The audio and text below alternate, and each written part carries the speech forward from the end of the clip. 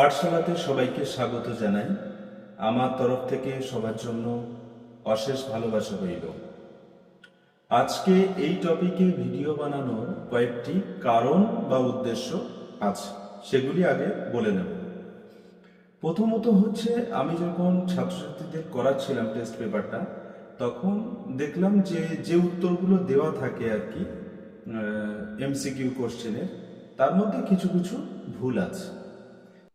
সেই ভুলগুলো আমরা কারেক্ট করে নির্ভুল আকারে আর কি তোমাদের সামনে উপস্থাপন করেছি।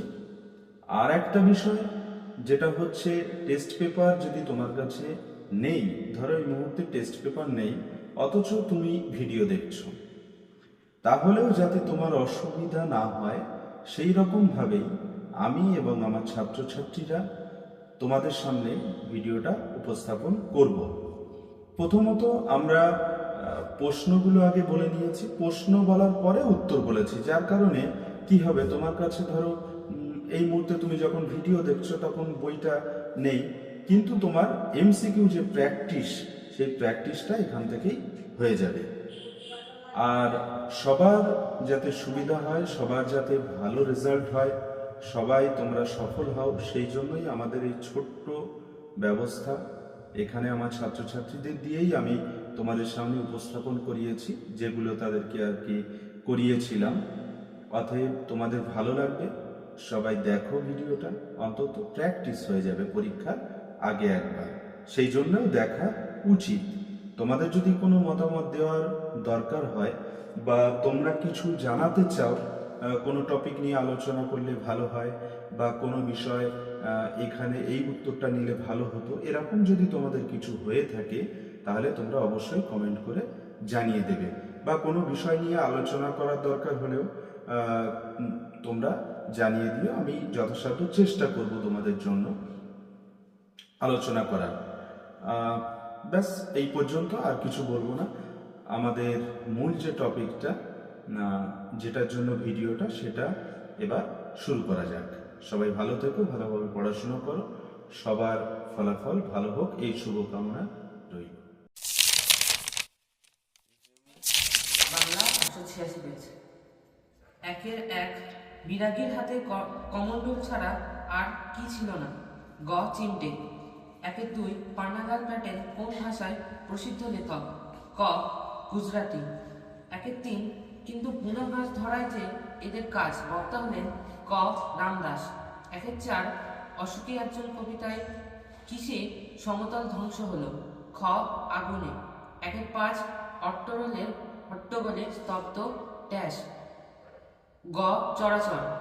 একের ছয়, কোনটি জয় গোস্বামীর লেখা কাব্যগ্রন্থ? ঘ. পাতার পোশাক। একের সাত, পালকের কলমের ইংরাজি নাম? ক. হুইল।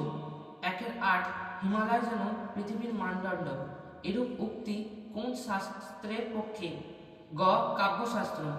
একের নয়, আদুর গায়ে, আদুর শব্দটির অর্থ কি? গ. অনাবৃত। একের দশ, দীর্ঘজীবী হও বাক্যটি যে শ্রেণীর অন্তর্ভুক্ত? ঘ. প্রার্থনাসূচক। একের 11, হাসপাতালটি উঠে গেল, এটি কোন বাচ্যের নিদর্শন? ঘ. কর্মকর্তৃবাচ্য।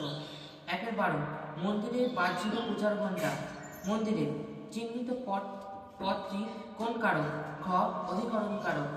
একের 13, রাত্রে সূর্যের আলোয় পথঘাট স্পষ্ট হয়ে উঠল, এই বাক্যে কি নেই? ক. যোগ্যতা। একের 14, বাঁশি বাজে, এটি কোন বাচ্যের দৃষ্টান্ত? ঘ. কর্মকর্তৃবাচ্য। একের 15, সুরলোকে বাজে জয় শঙ্খ, বাক্যটি অধিকরণকারক পদটি হল ক. সুরলোকে। একের 16, বহুব্রীহি পদটি কোন সমাসের দৃষ্টান্ত? ঘ. বহুব্রীহি সমাস।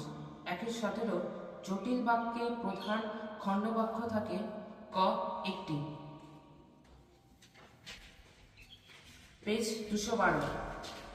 একের এক, শুধু এইটাই জানা ছিল না। খ. মানুষই গল্প লেখে। একের দুই, তেওয়ারির ঘরে ছিল না, তেওয়ারি গিয়েছিল। খ. ফয়ার। একের তিন, পারিলেও মানুষ কি তাকে রেহাই দেবে? মানুষ কাকে রেহাই দেবে না? ক. নদীকে। একের চার, ছিনিয়ে নিয়ে গেল তোমাকে। কে ছিনিয়ে নিয়ে গেল? ঘ রুদ্র সমুদ্রের বাহু। 1-5 বহুরূপ কন্যার জীবন। এখানে কন্যাকে খ পদ্মাবতী। 1-6 মাভৈ মাভৈ। মাভৈ শব্দের অর্থ কি? গ ভয় করো না। 1-7 তিল ত্রিফলা। ত্রিফলা বলতে বোঝায় গ হরিতকি, বহেরা, আমলকি। 1-8 কোনোটেশন শব্দের অর্থ ক অর্থব্যাপ্তি। 1-9 লেখক কার কাছে সোনার দোয়ার দেখেছিল? খ শুভ ঠাকুরের কাছে। 1-10 বিভক্তি কখনোই লোপ পায় না। খ সম্বন্ধ পদে। 1-11 ইতিমধ্যে ছেলের দল এসে হাজির। চিহ্নিত পদটি ক কর্তৃকারক। 1-12 কুঞ্জে কুঞ্জে গাহে পাখি। যে ধরনের বিপসার দৃষ্টান্ত তা হল ঘ অধিকরণে বিপসা। রূপক কর্মধারায় সমাসের ব্যাসবাক্য থাকে না। গ সাধারণ ধর্ম। 1-14 প্রত্যক্ষ সমাসটি গড়ে উঠেছে খ সম্মুখ অর্থে। 1-15 সূর্য দিকের পূর্ব হয় উদিত। বাক্যে কি নেই? ক আসক্তি নেই। 1-16 তোরা সব জয়ধ্বনি কর। এটি কি জাতীয় বাক্য? ক অনুজ্ঞাসূচক বাক্য। 1-17 সাপ মুক্ত। সমস্ত পদটি সমাসের নাম। খ অপাদান তৎপুরুষ। 231 বল। পেজ 231 1-1 চিঠি পকেটেই ছিল। চিঠির পৃষ্ঠা সংখ্যা খ 5। 1-2 মূল অদল বদল গল্পটি কোন ভাষায় লেখা? ক গুজরাটি। 1-3 তোমার চিন্তা নেই ঠাকুর। ঠাকুর বলতে যাকে বোঝানো হয়েছে ঘ তেওয়ারি। 1-4 বিদায় এবে দেহ বিধুমুখী। বিধুমুখী হলেন গ প্রমীলা। 1-5 উপেক্ষার আবিল দৃষ্টিতে। আবিল শব্দটির অর্থ খ কলুষিত। 1-6 তাহাতে বিচিত্র টঙ্গী। টঙ্গী শব্দের অর্থ ঘ প্রাসাদ। 1-7 আদিতে ফাউন্টেন পেনের নাম ছিল খ রিজার্ভার পেন। 1-8 ছেলেবেলায় দেখা দারোগা বাবুর কলমটি গোজা ছিল ক মোজায়। 1-6 অল্পবিদ্যা ভয়ঙ্করী। এটি একটি ঘ প্রবাদ। 1-10 মায়ে ঝিয়ে গল্প করে। চিহ্নিত পদটি সহযোগী কর্তা।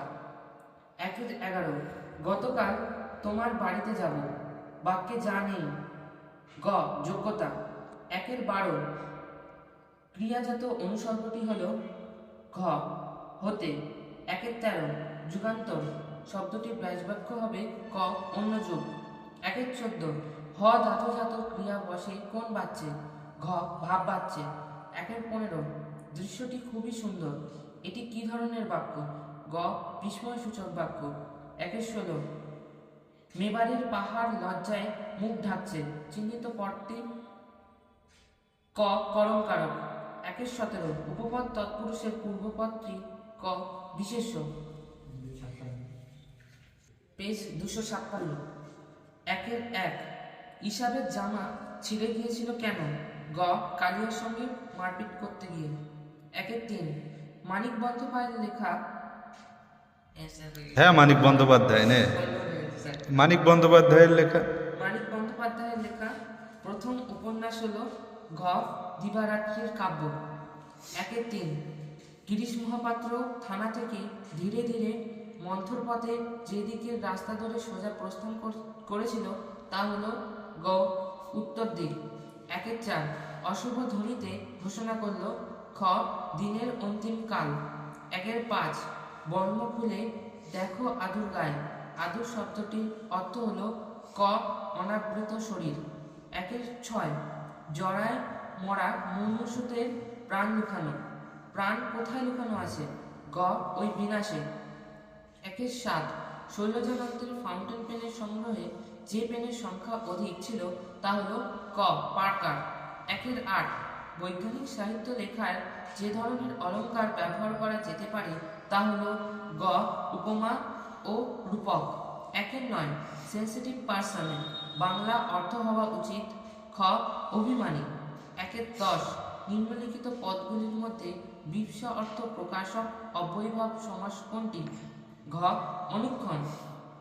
একের 11 যুধিষ্ঠির, এটি কোন সমাসের উদাহরণ? গ উপপদ তৎপুরুষ। একের 12 পুরোহিতে, দক্ষিণা দাও পুরোহিতে, চিহ্নিত পদটি কি কারক? ক কর্মকারক। নিমিত্ত। পুরোহিতে নিমিত্ত, নিঃস্বার্থভাবে হচ্ছে না, নিমিত্ত অপশান নেই, তাহলে নিমিত্ত কর একই। নিঃস্বার্থভাবে কোনো কিছু দান করা বোঝালে নিমিত্ত হয়। আর পড়তে হবে না। একের 13 মোটা গোফওয়ালা হৃষ্টপুষ্ট নধর শরীরে লোকটা সাদা বাড়িটার সামনে দাঁড়িয়ে আছে। মোটা গোফওয়ালা হৃষ্টপুষ্ট নধর শরীরের লোকটা, চিহ্নিত অংশটি হলো খ উদ্দেশ্যের সম্প্রসারক। একের 14 বিভক্তি কখনোই লুপ্ত হয় না। ঘ সম্বন্ধ পদে। একের 15 বেঁধেছে যে দৃঢ় বাঁধে, উদ্ধৃতিটি। একের 15 বেঁধেছে যে দৃঢ় বাঁধে, উদ্ধৃতি হলো খ সমধাতুচকরণ। একের 16 উপরন্তু এই সূত্রে দেশটাও একবার দেখা হইবে, এটি হলো ঘ ভাববাচ্য। একের 17 কিন্তু যখন দেখে মেসোর মুখে করুণার ছাপ, তখন আহ্লাদে কাঁদো কাঁদো হয়ে যায়। গঠনগত দিক থেকে এটি খ জটিল বাক্য। পেজ 278। একের 1 আগন্তুকের চোখ থেকে ঝরে পড়ছে গ অদ্ভুত উদাত্ত শান্ত ও উজ্জ্বল দৃষ্টি। একের 2 হিসাবের জামার পকেট কতটা ছিঁড়েছিল? খ 6 ইঞ্চি। একের 3 নদীর বিদ্রোহ গল্পে বৃষ্টি থেমেছিল ক 3 ঘন্টার জন্য। একের 4 তোরা সব জয়ধ্বনি কর কবিতায় পংক্তিটি কতবার ব্যবহার হয়েছে? ক 19 বার। একের 5 অভিষেক শীর্ষক কাব্যাংশটি মেঘনাদবধ কাব্যের কোন সর্গ থেকে নেওয়া হয়েছে? খ প্রথম সর্গ। একের 6 প্রদোষকালে ঝঞ্ঝা বাতাসে রুদ্ধশ্বাস। প্রদোষ শব্দের অর্থ খ সন্ধ্যা। একের 7 কানে কলম বুঝে দুনিয়া খোঁজে। ঘ দার্শনিক। একের 8 বাংলা বৈজ্ঞানিক প্রবন্ধটিতে আর একটি দোষ প্রসঙ্গে প্রাবন্ধিক কোন প্রবাদের উল্লেখ করেছেন? খ অল্পবিদ্যা ভয়ঙ্করী। একের 9 সিজার যে কলমটি দিয়ে কাস্টাকে আঘাত করেছিলেন তার পোশাকি নাম গ স্টাইলাস। একের 10 কোনটি বিভক্তি প্রধান কারক নয়? গ কর্মকারক। একের 11 ট্রেনটি স্টেশন ছাড়ল, চিহ্নিত পদটি খ অবাদান কারক। একের 12 আমি আকাশের ডানা মেলে উড়ি, এখানে বাক্য নির্মাণের কোন শর্তটি লঙ্ঘিত হয়েছে? গ যোগ্যতা। একের 13 হয়তো বাড়ি চলে গেছে বাক্যটি ঘ সংশয়সূচক বাক্য। একের 14 নিত্য সমাসের উদাহরণ হলো খ যুগান্তর। একের 15 হাতে ও কলমে সমান সমান হাতে কলমে, এটি কোন ধরনের অলপ সমাস? খ অলপ দ্বন্দ্ব। একের 16 যে বাচ্চে কর্ম কর্তার উপর প্রতীয়মান হয় তাকে বলে ক কর্ম কর্তৃবাচ্য। এই চুপ কর। একের 17 আবেগ ভরা গলায় হাসান বললেন, বাক্যটির ভাববাচ্যের রূপ হলো গ আবেগ ভরা গলায় হাসানের বলা হলো।